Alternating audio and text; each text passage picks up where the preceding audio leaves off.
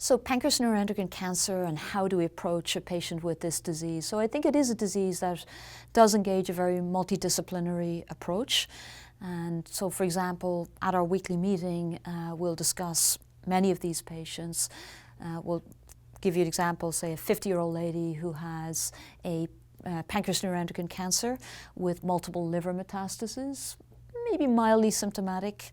How should we treat her? Should we recommend that she get systemic therapy? Should she get regional therapies? Should we be recommending peptide receptor radionucleotide therapy, or should we debulk her disease? And the bottom line is this is a disease where there are many disciplines interacting for discussion, which I think is good, but it also means that there isn't one right or wrong approach. So our approach is to consider regional therapies perhaps a little earlier than systemic therapies.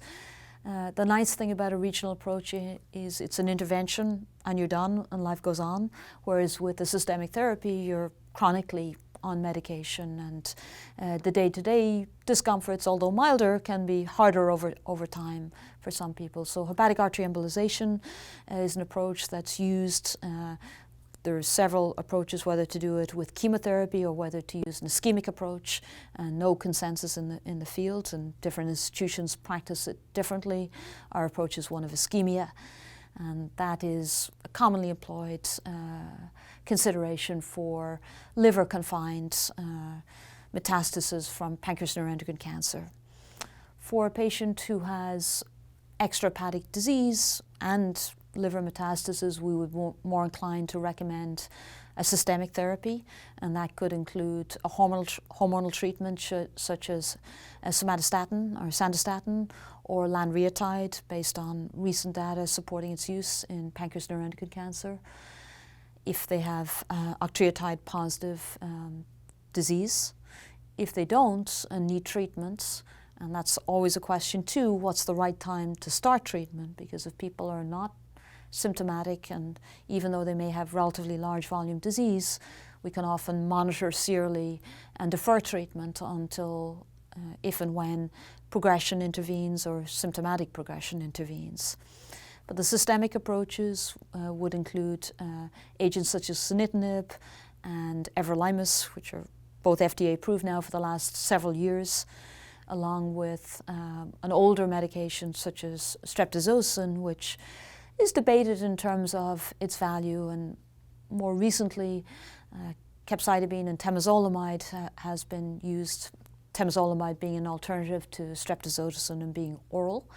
And a recent Alliance study is sort of isolating the relative contribution of capecitabine versus temozolomide in treatment of pancreas neuroendocrine cancer. I think another sort of challenge is how to sequence these therapies, and should we be doing embolization first, or are patients better served with a systemic approach first? And the next series of studies in the field will be looking at the sequence question.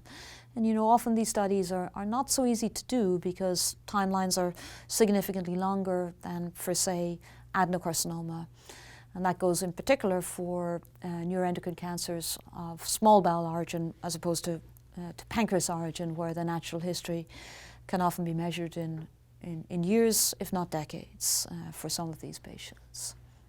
Another approach that's gaining ground in North America is peptide receptor radionucleotide therapy, which looks at a radio-labeled version of somatostatin.